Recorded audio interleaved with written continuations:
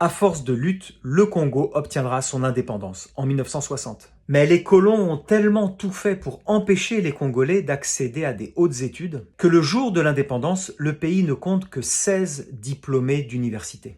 Les Belges le savaient très bien et avec un grand cynisme, le roi des Belges vient prononcer un discours surréaliste pour l'indépendance du Congo. Il fait d'abord l'éloge de Léopold II, le roi sanguinaire, et puis il ajoute, je cite, « C'est à vous, messieurs, qu'il appartient maintenant de démontrer que nous avons eu raison de vous faire confiance. N'ayez crainte de vous tourner vers nous, nous sommes prêts à rester à vos côtés pour vous aider de nos conseils. » Il y a eu des élections libres et les 3 personnalités qui ressortent sont Kasavubu, Lumumba et Tshombe.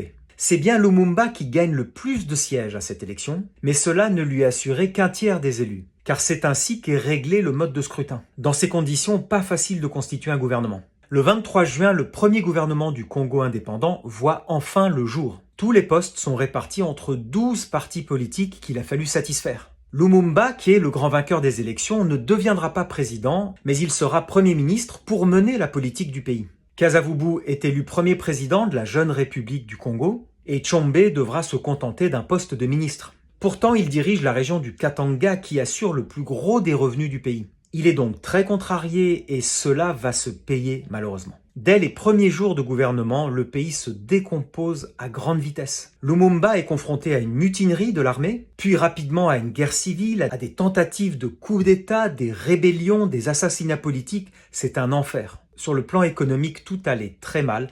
Le pays était ingouvernable. En plus de tout, la région la plus riche, le Katanga, fait sécession. Kasavubu et Lumumba demandent alors le soutien de l'ONU qui envoie ses casques bleus. Alors on a beaucoup écrit sur le prétendu communisme de Lumumba. Il a eu quelques contacts avec la Russie et on a pris ça comme preuve d'une tendance communiste. Mais c'est clairement faux. Économiquement, Lumumba était un libéral et non pas un communiste. Il n'était pas question chez lui de collectivisation de l'industrie ou de l'agriculture. 2 mois plus tard, le président révoque Lumumba qui doit quitter son poste de Premier ministre. Le même jour, le 14 septembre 1960, le colonel Mobutu, le chef d'état-major de l'armée, commet son premier coup d'État avec l'accord et le soutien de la CIA. Lumumba est arrêté et enfermé. Le 17 janvier 1961, on l'emmène menotté, ligoté, dans une villa abandonnée. La décision de tuer Lumumba sera prise par les autorités katangaises, en accord avec la CIA, avec le président américain. Il est torturé toute la nuit et puis abattu.